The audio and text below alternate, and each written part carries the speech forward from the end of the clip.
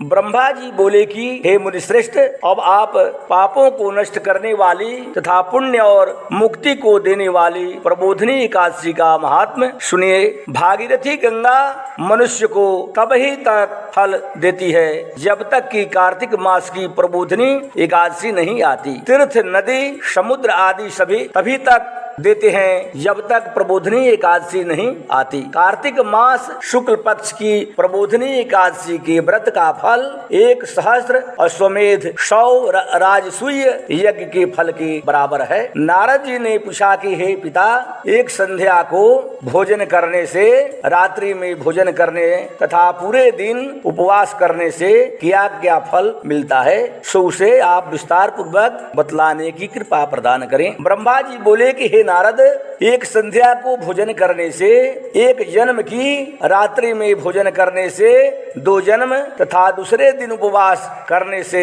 7 जन्म के समस्त पाप नष्ट हो जाते हैं। जिस वस्तु का त्रिलोक में मिलना दुष्प्राय है, वह वस्तु प्रबोधिनी एकादशी के व्रत से मिल जाती है। प्रबोधिनी एकादशी के व्रत के प्रभाव से सुमेरु पर्वत के समान कठिन पाप क्षण मात्र में ही नष्ट हो जाते हैं। अनेकों पूर्व जन्म के किए हुए बुरे कर्मों को प्रबोधिनी एकादशी का व्रत क्षण भर में नष्ट कर देता है। जो मनुष्य अपने स्वभावानुसार इस प्रबोधिनी एकादशी का विधि पूर्वक व्रत करते हैं, उन्हें संपूर्ण फल प्राप्त होता है। हे मुनीश्वर, जो मनुष्य श्रद्धा पूर्वक थोड़ा भी पुण्य करते हैं, उनका पुण्य पर्वत के समान अटल हो जाता है। जो अपने हृदय के अंदर ही ऐसा ध्यान करते हैं, उनकी बीती हुई तथा आने वाली 10 रात्रि पीढ़ियां विष्णुलोक में जाकर वास करती है और नरक में अनेकों दुखों को भोगते हुए पितृ विष्णुलोक में जाकर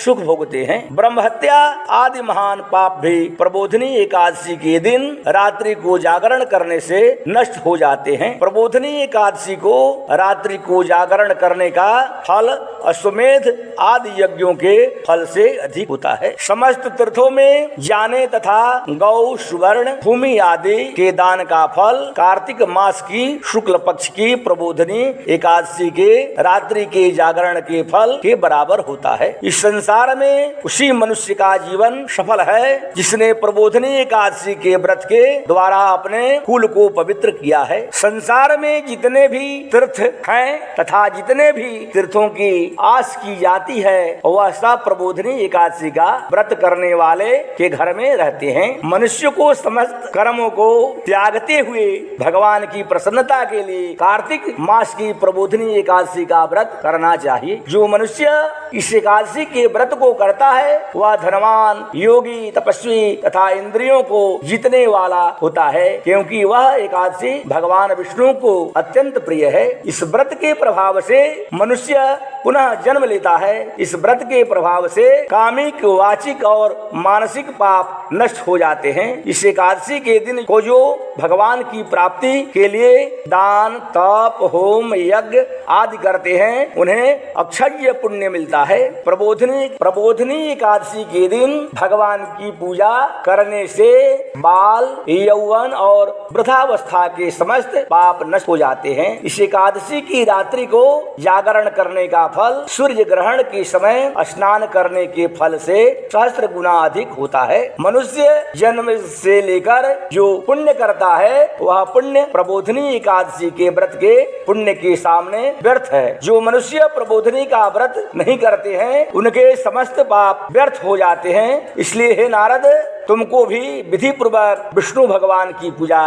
करनी चाहिए। जो मनुष्य कार्तिक मास में धर्म परायण होकर अन्य व्यक्तियों का अंत अन्न नहीं खाते हैं, उन्हें चंद्रायण व्रत का फल मिलता है। कार्तिक मास में भगवान दान आदि से उतने प्रसन्न नहीं होते जितने की शास्त्रों की कथा सुनने से प्रसन्न होते हैं। कार्तिक मास में जो मनुष्य भगवान की कथा को थोड़ा बहुत पढ़ने या सुनते हैं, उन्हें 100 गौ के दान का फल मिलता है। जो मनुष्य अपने कल्याण के लिए विष्णु भगवान की कथा सुनते हैं वे अपने कुटुंब का उद्धार करके 1 सहस्त्र गौदान का फल पाते हैं। जो मनुष्य प्रबोधिनी एकादशी के दिन विष्णु की कथा सुनते हैं उन्हें 7 दीपों के दान का फल मिलता है। जो विष्णु की कथा भक्ति पूर्वक सुनते हैं और कथा वाचते वाले ब्राह्मण की यथोचित पूजा करते हैं तथा उसे संतुष्ट करते हैं वे उत्तम लोक को जाते हैं। इस पर नारद जी बोले कि हे ब्रह्मा जी, अब आप एकादशी के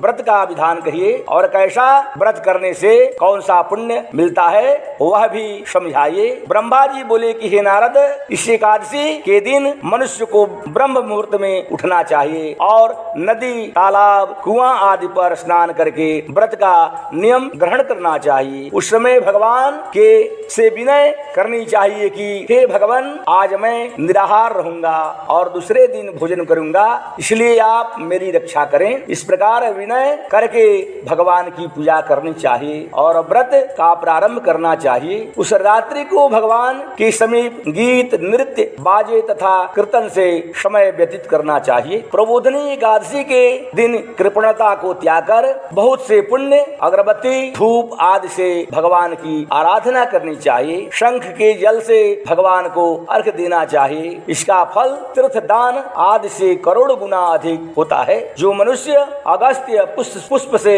भगवान की पूजा करते हैं उनके सामने इंद्र भी हाथ जोड़ता है। कार्तिक मास में जो बिल्व पत्र से भगवान की पूजा करते हैं उन्हें अंत में मुक्ति मिलती है। कार्तिक में जो मनुष्य तुलसी जी से भगवान की पूजा करता है उसके 10,000 जन्म के समस्त पाप नष्ट हो जाते हैं। जो मनुष्य इस नाम से श्री तुलसी जी के दर्शन करते हैं या छूते हैं या ध्यान करते हैं या कीर्तन करते हैं या रोपण अथवा सेवा करते हैं वे 1000 कोटि युग तक भगवान के घर में रहते हैं। जो मनुष्य तुलसी का पेड़ लगाते हैं उसके कुटुंब में जो पैदा होते हैं वे प्रलय के अंत तक विष्णु लोक में रहते हैं। जो भगवान की कदम्ब पुष्प से पूजा करते हैं वह यमराज के दुखों को नहीं पाते हैं। समस्त मनोकामनाओं को पूजा करने वाले भगवान कदम्ब पुष्प को देखकर अत्यंत प्रसन्न होते हैं। यदि उनकी कदम्ब पुष्प से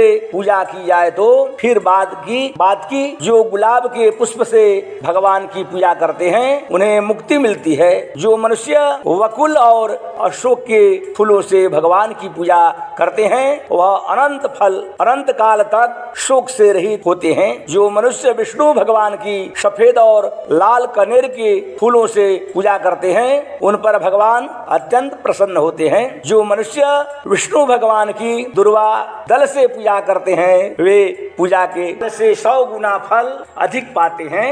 जो भगवान की शमी पत्र से पूजा करते हैं वे भयानक यमराज के मार्ग को सरलता से पार कर जाते हैं। जो मनुष्य चंपक पुष्प से भगवान विष्णु की पूजा करते हैं वे आवागमन के चक्र से छूट जाते हैं। जो मनुष्य स्वर्ण का बना हुआ केतकी पुष्प भगवान पर चढ़ाते हैं उनके करोड़ों जन्म के पाप नष्ट हो जाते हैं। जो मनुष्य भगवान की पीले और रक्त वर्ण कमल के सुगंधित फूलों से पूजा करते हैं उन्हें श्वेत द्वीप में स्थान मिलता है। इस प्रकार रात्रि में भगवान की पूजा करके प्रातः काल शुद्ध जल से जल की नदी में स्नान करना चाहिए। स्नान करने के पश्चात भगवान की प्रार्थना करते हुए घर आकर भगवान की पूजा अर्चना करनी चाहिए। इसके बाद व्रत के लिए ब्राह्मणों को भोजन कराना चाहिए और दक्षिणा देकर मीठे वाक्यों द्वारा उनको विदा करना चाहिए। इसके उपरांत भोजन, गौ और दक्षिणा से गुरु की पूजा करनी चाहिए और ब्राह्मणों को भूषी दक्षिणा देकर नियम को छोड़ना चाहिए। ब्राह्मण को यथा शक्ति दक्षिणा देनी चाहिए। जिस ब्राह्मण को रात्रि में भोजन करावे स्वर्ण सहित बैल दान करना चाहिए। जो मनुष्य रात्रि स्नान करते हैं उन्हें दही और शहद दान करना चाहिए। जो मनुष्य फल की आशा करते हैं उन्हें फल दान करना चाहिए। तेल की जगह घी और घी की जगह दूध और अन्नों में चावल दान करना चाहिए। जो मनुष्य इस व्रत में भूमि पर शयन करते हैं उन्हें सब वस्तुओं सहित शैया दान करना चाहिए। जो मौन धारण करते हैं उन्हें स्वर्ण सहित तिल दान करना चाहिए। जो मनुष्य कार्तिक मास में उपानह धारण नहीं करते हैं उन्हें उपानह दान करना चाहिए। जो इस मास में नमक त्यागते हैं उन्हें शक्कर दान करना चाहिए। जो मनुष्य